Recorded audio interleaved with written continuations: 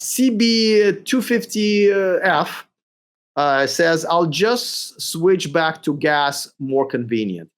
You know, this sucks that we see these comments, because I used to see this comment and go like, well, he's an idiot. What can I do? But I have to say that I do no longer blame people like this, where the amount of trouble, because I thought, okay, listen, if you buy an electric car, you're like a first adopter, even throughout the first 5-6 years, or if you're buying a first model of a brand, you're still kind of a guinea pig. But my goodness, I like it's. I'm lost for words, honestly. But now that we are more than a decade in, all right, we still don't have a good enough infrastructure. As a matter of fact, infrastructure is worse now. I would say 4 or 5 years ago, there was enough working sort of, fast chargers, definitely superchargers, but there weren't enough electric cars to create consistent lines. It was like during holidays, okay, but now regular days, people stand in lines, whether it's superchargers or Electrify America, non-supercharger. I mean, it is a problem. So it is more than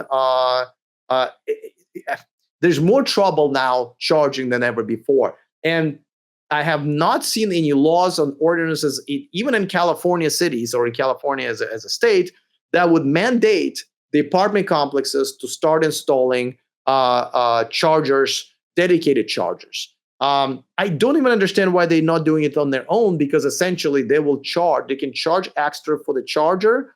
Like you can say, hey, if you want to get a parking spot with a charger, well, that's going to be an extra $100 a month or whatever. And then you also pay for electricity that we will mark up. Like, it's nothing but money for these guys, and yet no one's doing it. And plus, you're going to get a lot of owners of electric cars that paid enough money for those cars where they are financially responsible enough to be able to pay rent on time.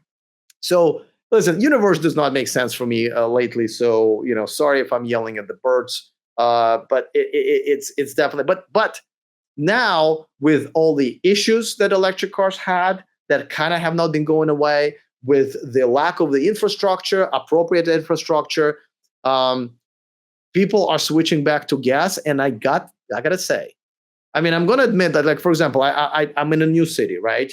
I don't want to have a car here no matter what. It just makes no sense to me. But if I was forced to have a car here in Bangkok, and I wasn't running an electric car channel, I was just a regular dude, but with the same brain, I would probably go like, yeah, I probably should still drive a gas car here. I know in America and North America and Europe, things are much better, but at least here I can go to the fast, chargers. There's not as many, but there are plenty, and there won't be a line. Where in the US, there's a pretty good chance. So I gotta say that, unfortunately, these comments are no longer like crazy people who are not educated about electric cars. They think that they're all blow up in smoke and all of that stuff. There's some of it there, but these are people who go in like, yeah, I have nowhere to charge. Forget that. Forget that. So it's unfortunate that we're now at the point where